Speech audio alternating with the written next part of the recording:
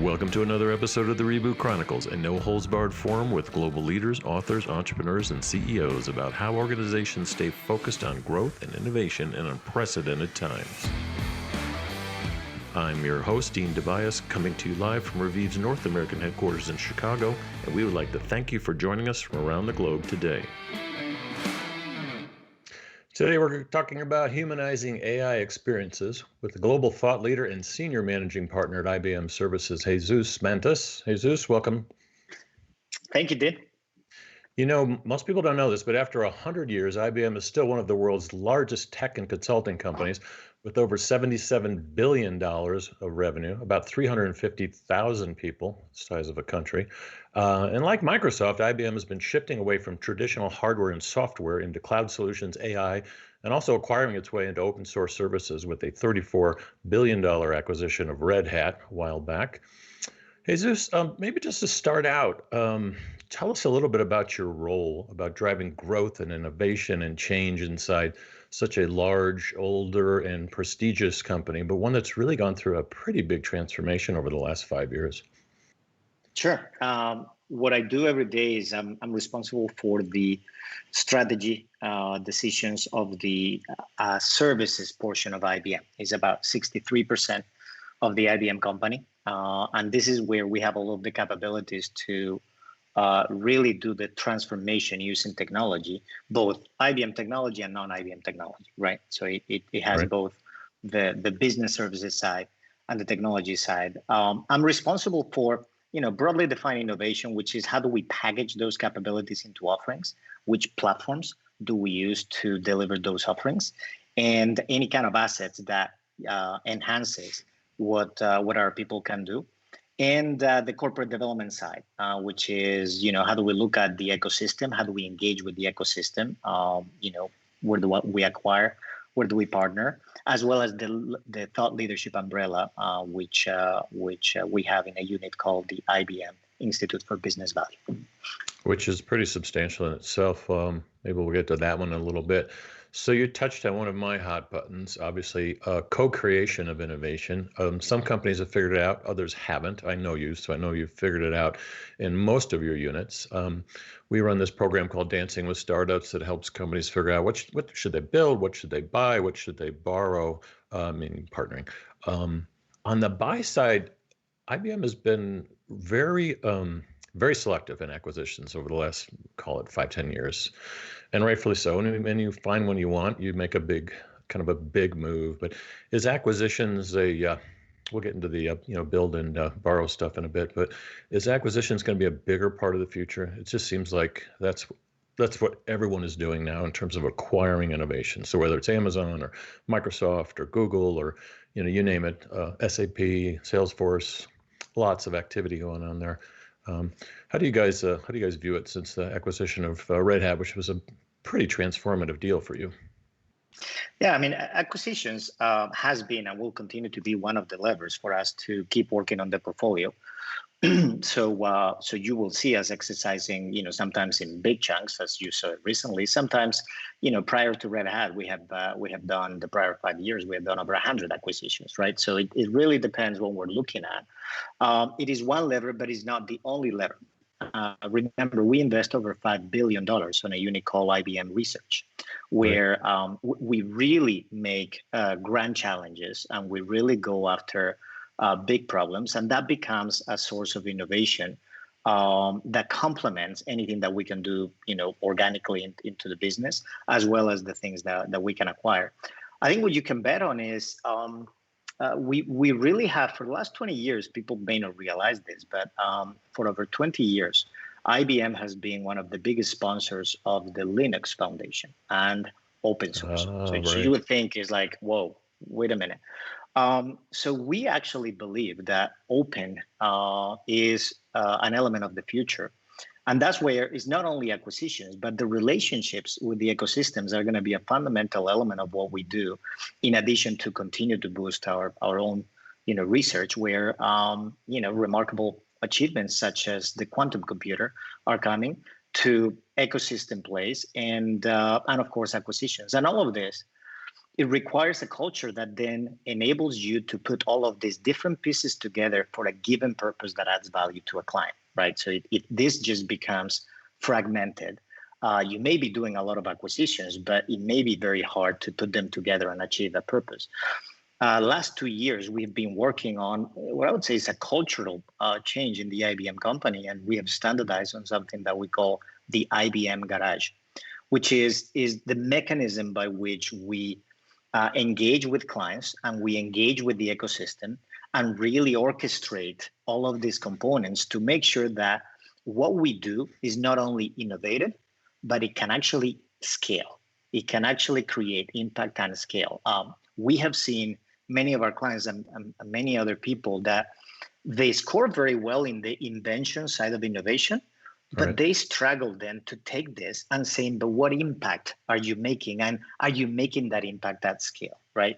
So Right. we've really modeled this IBM Garage to make sure that we have the innovation, but with the purpose of impact and scale. Yeah, it's one of the first things I teach students at Kellogg, which is what's the difference between an invention and innovation. So they kind of get that going, which is, the innovation is actually people are actually using it. But that's not business innovation, which is it's got to have a financial return and people willing to pay for it. But in the case of open source, it's not always being paid for. So that definition is changing. So I just said there has to be a business model wrapped around it where it makes sense for the enterprise to make a big enough impact. So Red Hat, that's open source, right? Well, I think Red Hat is remarkable I mean, as you said, open source is a great thing with the exception that is not a great business model to just give away stuff for free, right? It's very hard to make money when you're giving away for free. So one of the many remarkable features of Red Hat as a company and Jim and the team as leaders is what Red Hat has done is they have been able to they're one of the most active participants on the open source community. So they basically have their fingers in the over 3 million projects that are out there with people just generating ideas. But they have a very unique and highly successful machine to then take that innovation and turn it into commercial products.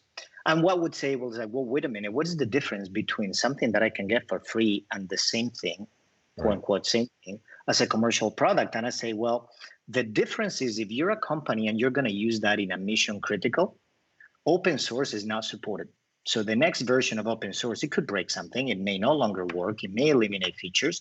And you may have built a lot of critical business logic on top of that, and you're out of luck. Exactly. Where Red Hat has done is taking that innovation. So you're not giving up on the innovation, but it actually ensures the security of it. It ensures the maintainability. It ensures that they'll be the first ones that it will run in any hardware where this piece of Linux can do. And frankly, they have created not only if they have 80% market share of the paid Linux, which just says something, but they have created a remarkable set of tools for the next generation of Linux architectures that are powering the cloud, right? Like Kubernetes and their OpenShift architecture. So I think they have done a better than average job, if I can say, a big understatement, taking open source, but make it commercially viable. Yeah, they've kind of set up platform as a service, and the reason they protected the core, aren't their roots more in cybersecurity? I mean, they literally invented some of the early stuff. If you go back to their genesis, they seem to have taken the right approach.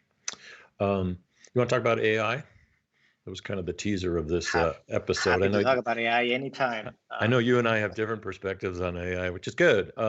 You and I teach it and try to get companies to adopt it and involved in companies that use it. So a couple stats that we usually kind of throw out in the program. So Gartner is representing that 40% of firms are using AI. There's a higher percentage of CEOs and C-level people that have it part of their strategic plan, but in terms of companies that are really using it systemically, I think it's probably a little bit lower. Forecasts from all of the organizations are all over the place. Anywhere from 20 to 40 billion by 2025 is the size of the AI market. I'm not sure what they're actually counting in AI, but it's like anything else. It's like IoT. The forecasts there were off the charts until people started breaking it down. And the applications is, everything from cost savings to increasing revenue to running things autonomously. But just for everybody out there, that may not be experts at this, which is almost everybody. What is AI? What's the big deal? Yeah, I think if we would have another shot at this, we would call it something different than AI. I think the first problem It's with never what too late. AI We can rename it right here. is the name. If I would give it a name, and of course, coming from an engineering background, this may or may not resonate, but in the same way as computers operate with numbers, I would say AI is non-numbers computing. So think about words. If you want to do some kind of computing, but there's not with numbers, it's with words. Well, that's what AI does. If you want to process images, do imaging processing to either recognize things or see patterns or detect things, you use AI. If you want to analyze sounds, if you want to analyze video, if you want to analyze this, think of everything that is not a number that we humans deal with all the time. We see a tree, we don't see numbers, we see a tree, we see objects, we understand words, we create concepts.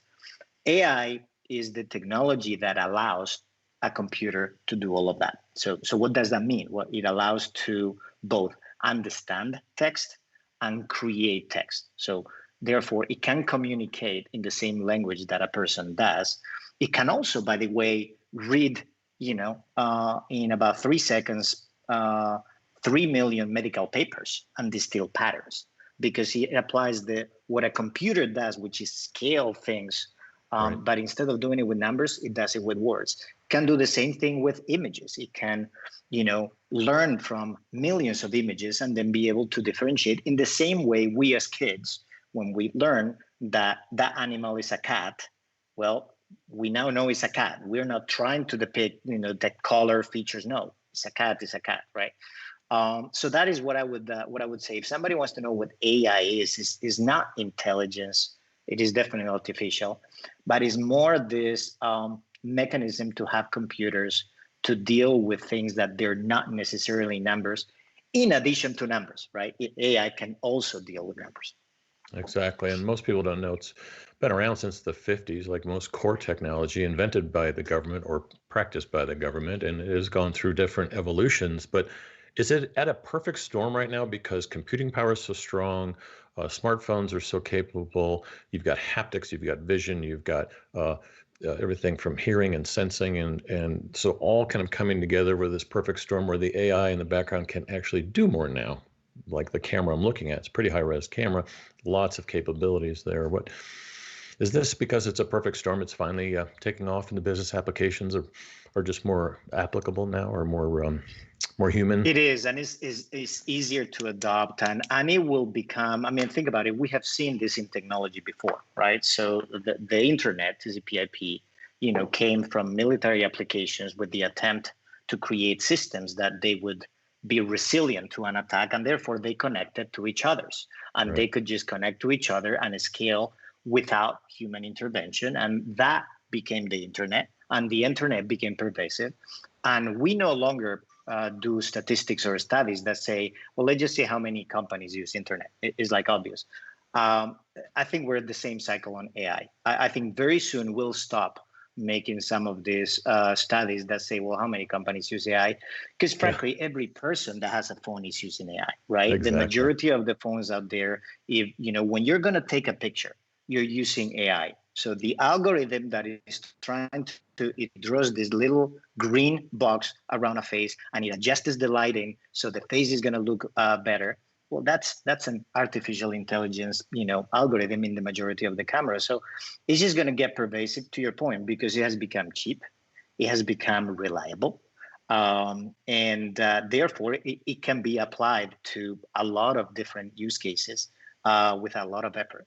Now, the main requirement, and I think the big difference between consumer and business application is, think of this other analogy.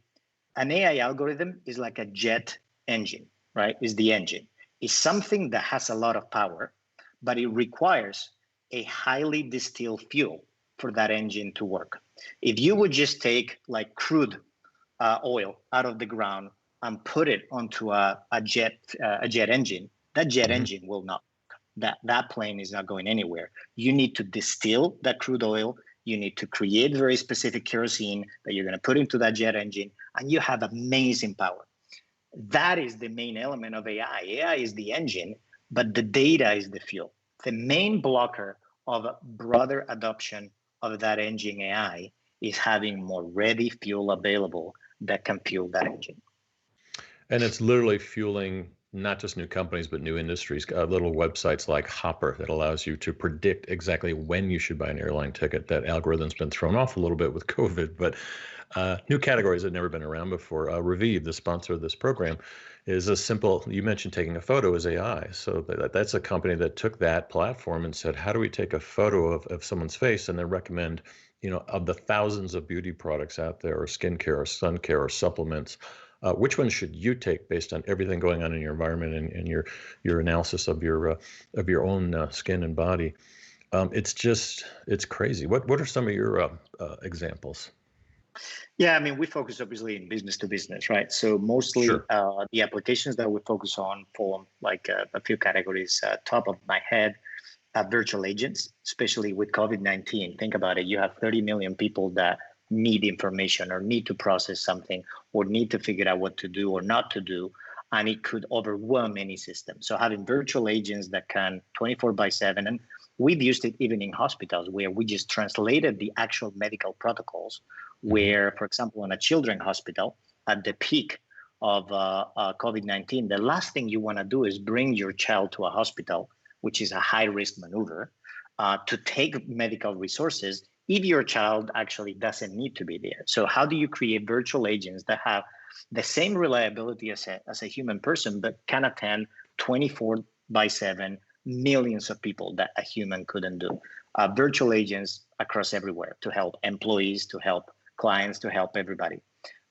Discovery, right? So how do you basically see patterns? One of the things that I think this pandemic has shown us as well is you have to go and analyze your supply chain much more granularly, right? It's not enough to say we have enough masks in the United States.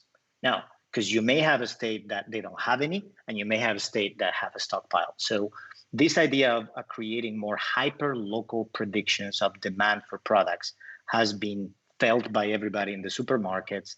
And that is a perfect example of AI. As I said, AI can process both numbers as well as non-numbers, and it can do it based on not only history, which is what the statistics give you, but based on patterns that it can learn. So you can basically correlate and be able to get that demand management.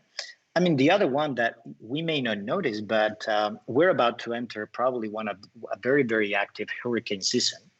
The reason why we all naturally don't look at the last 2 days and we say, well, yesterday was sunny, therefore tomorrow is going to be sunny, which is what traditional business forecasting does, is you look at the past and you project forward. Yep. Most of the actual weather projections are based on AI. And we created with the weather company, which is one of the properties of IBM, we created more hyperlocal models to really create predictions based on AI, or for example, what the path of a hurricane is going to be, or how do you improve yielding crops, etc. All of these are uses of AI that you may not normally think of, but it takes this power of the idea of being able to process many different things and being able to predict. Is supposed to just give you a correlation. And is your AI, is it always Watson? No, I mean, it's obviously we created Watson and we created a lot of the algorithms, and we have a number of capabilities in Watson that we believe are leading. For example, Project Debater. So the ability for Watson in real time to actually debate a human based on any topic with only 15 minutes of warning. So I would lose that contest for sure. We believe actually, most humans would lose, but not all. So some of those capabilities, we believe we will use Watson if we believe that the capability is leading edge. But in our practice, again, going back to the world is open. We use any other algorithms, we use other companies if they basically have figured out how to have a better proposition or have better data. So what we try to do is we don't start from the technology and go to the purpose. We start from the purpose and then come back to the technology. Which is good because that probably humanizes it more. Some more data I'm just looking at here. So this, I don't agree with this, but we're just going to throw some negative stuff on top of this and let you counteract to it.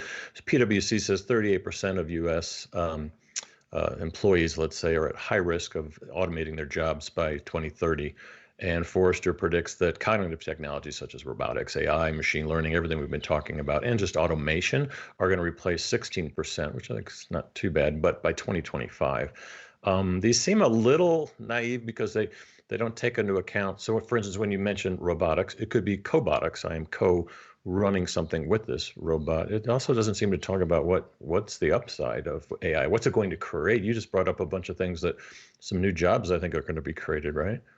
Exactly. It's not as interesting of a headline. About a year and a half ago, when I was doing a piece of work with the World Economic Forum for the future of work, I looked at all of these studies. I looked at about 15 different studies, and every single study except one, they all basically do predict, in the US, it was like 30 million or so jobs that are going to be automated. But every single one of those studies, except one, predicted that the creation of new jobs would exceed those jobs that they're being automated. So the net effect of the 15, 14 of the 15 studies was actually positive. Yet, to your point, is a more interesting headline to just talk about the automation. But the fact of the matter is the majority of those studies, I'm not familiar with those two yet that you mentioned, but I would bet you, if you actually look at that, if you read it in context, they are probably, start talking about the new kind of jobs. What is true is almost every job is going to transform in some way. So almost every job is going to be enhanced by the fact that now you have tools. So think about it. If you're a doctor and you can have a tool that could read 3 million medical papers and give you the synthesis of the 15 areas that may be relevant for this cancer patient. I mean, in 10 years, there should be no oncologist that doesn't use some kind of aid to basically read more, because as a human, you can't, even if you could read 3 million papers, you're not going to retain them, right? So I think every job is going to be transformed by AI.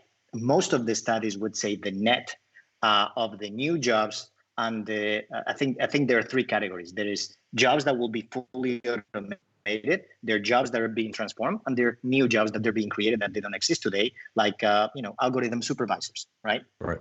That's a job that wouldn't exist prior to AI. The net is positive, but it's really very important that we manage this transition, because when you look at it from an individual perspective, the fact that the net is positive is really not that interesting, right? It's like, that's the problem with averages, right? On average, everybody eats. But if you're the one that didn't eat because somebody else ate twice, well, that doesn't please you a lot, the fact that the average everybody ate. So it's really important that we focus on that skill transition and make sure that we prepare the people and that we do it in a very inclusive way, so everybody can participate of this upswing in the same way that they're going to participate in the downswing. Right. So those two surveys were done just prior to the pandemic. And my guess is those numbers are probably going north because of the digital adoption going on post-pandemic. But let's shift to your own institute. You did an amazing survey of 30,000 consumers, which talks about the impacts of COVID and the impacts of a pandemic. But can you tell us a little about what permanent shifts are you seeing from that data? Yeah, and that was the goal. This study is specific to the US, so it's not a global study. But the objective was to try to distill not only temporary, but maybe permanent changes in behavior and psychology. Couple of, some of the study confirms things that logically you would think, but some of the maybe more surprising elements of the study. I will start with telecommuting. The people who have the benefit that their job, they can telecommute to their job. There's been a lot written as to how everybody has cabin fever, everybody wants to go back. Well, the data doesn't really say that. I have data of June and data of May prior to that. So the data in May basically said that when you actually ask people say, you know what, this telecommute is not that bad. And if given the choice, I would prefer even when I have the ability to return to my normal workplace, I would prefer to retain the option to telecommute some days.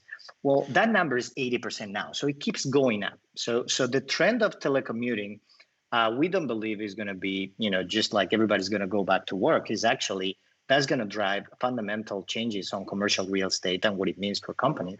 Because a lot of the people actually say, yeah, actually, I would prefer to keep that. Interesting point on automotive, for example, is we looked at the study and we looked at roughly of the 30,000 people, half of them were typical users of like Uber and Lyft, rideshare, and half of them would not. But of the typical users that they were, half of them said, I'm not going to use rideshare anymore for the time being. So half of the people said, I'm not going to do that. And 26% of the people said, I'm going to start using my own vehicle exclusively as the mode of transformation. So think about the U-turn from where we were total U-turn 5 months ago. I'm not talking about years, 5 months ago. So that was very interesting. Many of them actually is very interesting and they intend to purchase.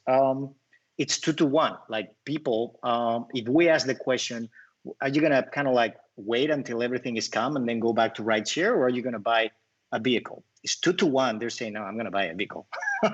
But when you ask them when, the majority of them say, well, not earlier than 6 months because of the economic fear. A couple more just to wrap up some of the permanent changes. Telemedicine.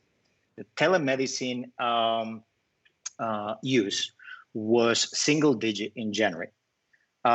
In May, and the data point that I have in May, 1 in 3 of the people interviewed have actually completed a telemedicine visit. That's 31%.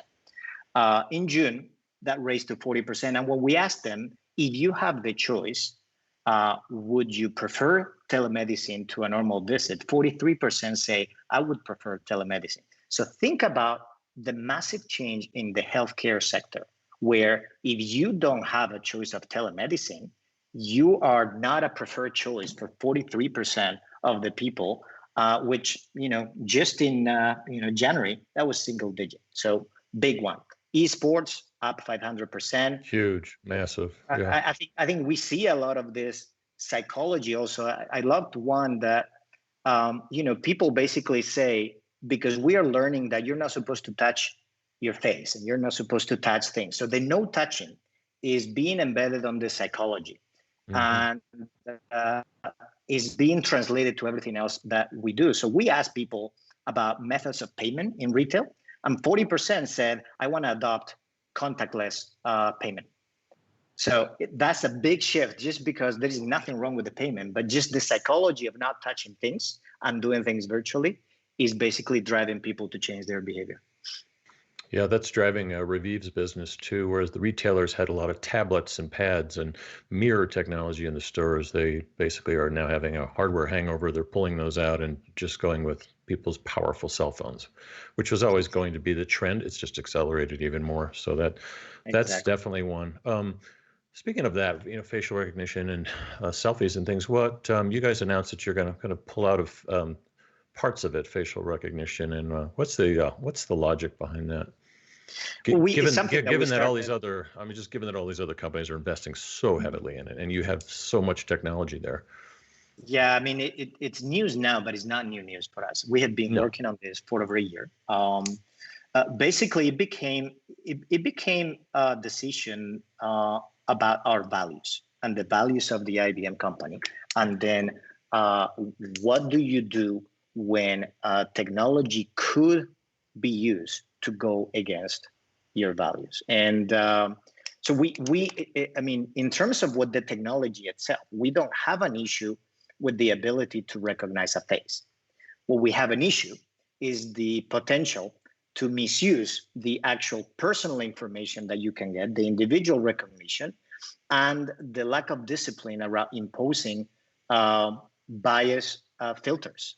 And the fact that, because of the data that trains many of these devices is not necessarily balanced, because it is not enforced that there is, bias checks in this data. And there are no tripwires that people implement with this technology, what we have banned is because we believe there is a high likelihood for the technology to be misused, to do, inappropriate surveillance, or to be misused to do things that we as a company, we would not stand for. So we have been working on this for a year. It's not new news, but given what we're seeing and the sensitivity on the fact that, we have systemic racism in many elements of our societies, we want to make sure we're not one adding to the problem, that we're one on the side of resolving that problem, and that's one of the reasons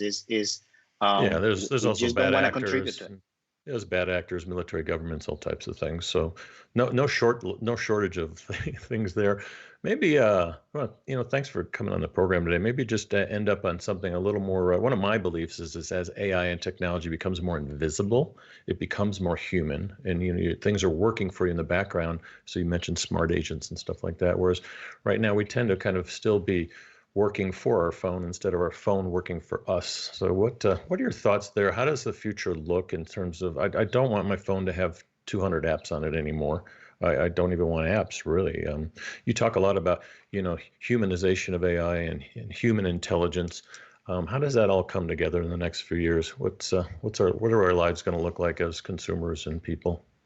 Yeah, I mean, I think my belief is the maximum return and the maximum impact is achieved when technology and people work in symbiosis, right? So it's really engineering this this connectivity between the capability of the technology and the people that use it to deliver either a better value proposition or a better experience or more efficiency, whatever that output is. If every study on AI will pretty much show you that if you put AI alone, or if you put the people alone, you get a lower score than when you put the people and AI together, right? So you get a higher score on whatever it is. So that's our belief. And I think part of the challenge is, as a society, we invest a lot in artificial intelligence. And I like the joke of maybe we need to invest as much, if not more, on human intelligence, not just artificial intelligence. And I think that takes 2 or 3 concrete elements. One is how the integration between the person and the technology is done is really important. It is, in my view, more important than the algorithm itself. So how do we put human in the loop? How do we create this, as you said, these interfaces where the technology just follows what you need it to do in a very transparent way, instead of the traditional way, which is, well, let's just give the human a book. You read a manual, you learn the language of the technology, and then you tell the technology what you want to do. I think lifting that burden, AI gives us that capability because of what I said before. AI can actually process things in the same way as humans do. Therefore, it can help you in a more natural way. I think that's one element of it. The other element is the ethics around that. Is, as we said, it is ethical to make sure that we give everybody the opportunity by working on the skills, by making sure that everybody can participate in learning how to use that technology to add value and have a role in that society, as well as the ethics of that interface, is the relationship between technology and people done in such way that you can trust. Because what I fundamentally believe is, if you can't trust some technology, eventually you will not use it. So engineering that technology to make sure that ultimately creates that trust is a key to success of the adoption of that technology, which then becomes a key on the achievement of any goal, whether it's efficiency, performance, value proposition, any of it. Right. Yeah. Well said. Jesus Mantas, thank you for joining us. You've been listening to a program about AI in the future, and I have a feeling this discussion is not over. So we'll see you soon. Thank you, Dan. Pleasure. Ciao.